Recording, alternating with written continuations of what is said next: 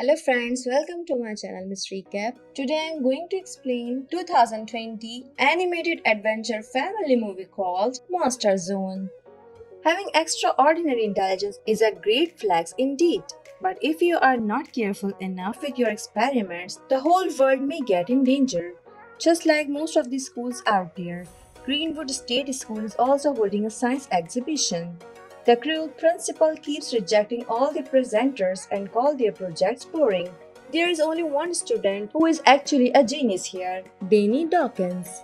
Unfortunately, no one recognizes his talent, and he always gets bullied by his classmates. For this year's competition, Danny has invented a nanobot. His dog is suffering from fleas but does not like taking a shower. So Danny's nanobot uses liquid nitrogen to freeze the fleas. He shows the whole process through a microscope. It's definitely a brilliant step, but the principal does not like the presentation. She is ignoring Danny's efforts because she wants her son to win the competition regardless of the childish volcano he made. Danny's heart breaks and he calls the principal a cheater while talking to himself. Her son hears that accidentally and sends the bullies to teach Danny a lesson. The poor guy rushes to the restroom and hides in the toilet. The bullies find him eventually and gets ready to beat him. Suddenly, someone from the neighboring stall makes the bullies float in the air and fall inside the toilet seats. The mysterious lady introduces herself as Miss Evans. She is the director at Craston Academy. It's a secret boarding school from geniuses. She has been monitoring Danny's academic progress for years and believes that he deserves a better place where his talent is valued. She offers him a fully funded scholarship at Cranston Academy. That school will help Danny reach his full potential and let his imagination run wild.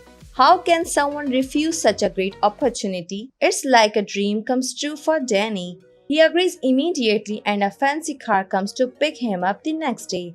It's actually not just a car but a highly developed airplane that takes Danny to England in just an hour. As soon as he lands there, Miss Evans greets him warmly and shows him the school. It's full of above average students with their mind-blowing gadgets.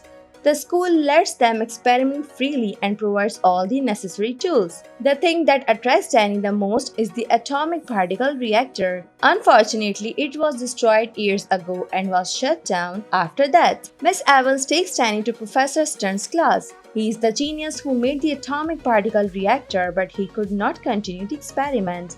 Professor Stern is highly against the idea of giving scholarships to a ruler boy like Danny. He mocks at him and believes that Danny will never be able to prove himself worthy of Cranston. Danny ignores the comment and tries to get along with the class, but he accidentally breaks a student's project. After the unfortunate start, Danny goes to rest. He is left in shock after knowing that his roommate is Liz. She is the same student whose project was destroyed by him. Danny does not want any friend or project partner either.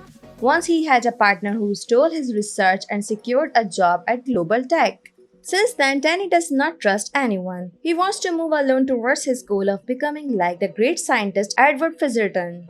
Little did he know Liz is Edward's daughter. However, she is not happy about that as it comes with so many expectations. The next morning, the kids are woken up by the flying robot and they join the classes. This thanks Danny for fixing her project, but it did not let Danny have enough sleep. Professor Stern announces a surprise quiz and does not guide Danny about the system at all.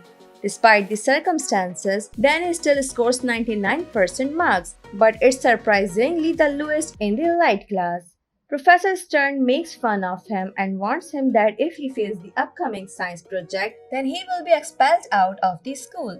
Danny can't sleep all night planning his next project. Nothing seems enough to impress the cruel Professor Stern. Suddenly, he remembers about the abundant atomic particle reactor. If Danny succeeds in repairing the reactor and discovers a new particle, everyone will agree to his word. In the middle of the night, Danny sneaks into the forbidden area and uses his multi-purpose screwdriver to open the lock. The building is full of dust and the reactor is not operational anymore. It's going to take several high-voltage batteries and new wiring to fix the machine. The next day, Danny starts collecting the material from his school. He steals some material from the school lab and takes out some from vending machines and cars. Afterward, he sneaks in the middle of the night to work on the reactor. A few days pass like this, and then Liz starts to get suspicious of Danny. The next night, she follows him to the reactor. Danny lets her witness his success and prepares to operate the machine. It does not turn on at first, but then Liz notices that the battery polarity is reversed. As soon as she fixes it, the radiator portal starts to glow. It opens a tunnel to another dimension. Danny wants to explore it, but Liz warns him of the risk. She ties a wire around so he can pull if he encounters any danger. Danny steps into the portal and finds a colorful forest on the other side. It's full of wild plants that Danny has never seen before. Liz was not letting him walk forward, so he united the wire. As soon as he does that, a creepy monster attacks Danny. He runs back to the portal, but a huge walking eyeball blocks his way. Danny throws some mud towards the eyeball and rushes out of the portal. Someone flies after him and leaves the building. Liz pulls out the power plug to turn off the portal and runs after the escaped monster. He looks like a fusion of a human and a moth, an old guy with an extra pair of hands, antennas, and wings. Danny attacks him with a torch and tries to talk to him. The monster introduces himself as Moth Man and requests not to send him back to the other dimension. Liz wants to know more about him, but he refuses to talk without having some Mexican food. Liz takes him to the nearest Mexican restaurant and buys some food. Moth Man was not always like this. He was a normal human being named Juan, working as a lab engineer in Craston Academy. He was assisting Professor Stern in his reactor experiment when he accidentally operated the machine. It took him to another dimension and turned off forever. Yon encountered many dangerous species, and one of them was a giant moth. Yon survived the attack, but the moth's bite turned him into a four-armed monster. Danny names this portal a fifth dimension and wants to explore more of it. He even suggests they skip the classes, but it is strictly prohibited at Cranston. Danny tells Yon to stay inside the room till they come back. In the class, Danny reveals that he is working on the discovery of another dimension along with Liz, but Professor Stern does not believe him. He also advises Liz to stay away from the crazy boy. Danny suddenly notices Yon standing at the classroom window.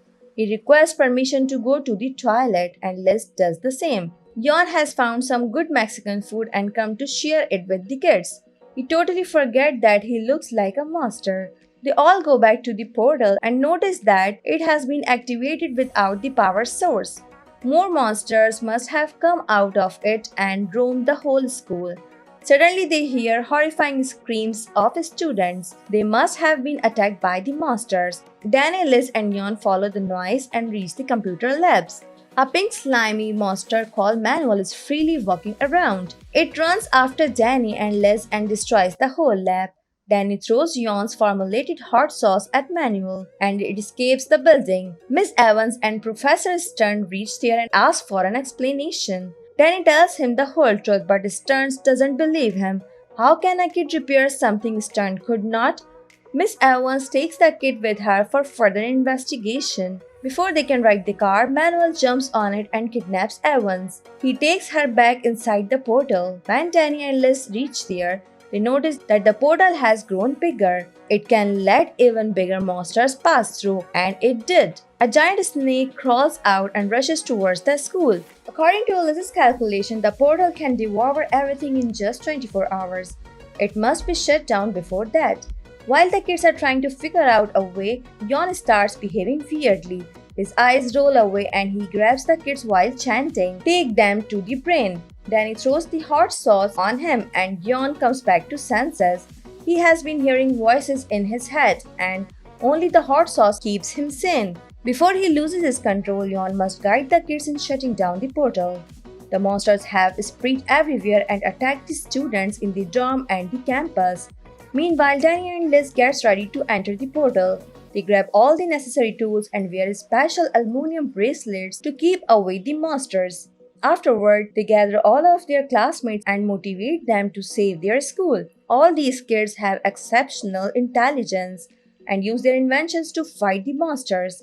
Danny takes part too and turns a hamster 10 times greater in size to attack the monsters. They leave the campus in the hands of other students and rush towards the portal. Yon waited years to get out of that hell, so he refused to go back there.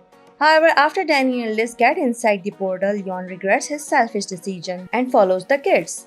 They witness Miss Evans, Professor Stern, and the students taken away by giant tentacles. They all are being called by the brain of this creepy dimension. Yon suggests they rest a little bit before continuing their journey to find the brain. But as soon as they sleep, several tiny monsters crawl over them. They wake up immediately to fight the monsters, but Yon gets taken away by the tentacles. Danny blames himself for putting everyone's life in danger. If he has not opened the portal, nothing of this would have happened. He tells Liz to save her life and leaves him alone in this mission, but Liz refuses to do so. She believes in the power of unity.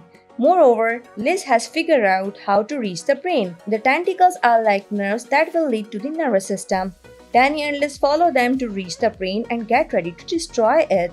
Before they can do that, the ground cracks opens and the tentacles arise with the campus staff and students. Danny and Liz can't hurt the humans, so they just distract the tentacles and tie them together. The brain gets frustrated and gets up from the ground. It puts down everyone else and rushes after Danny and Liz.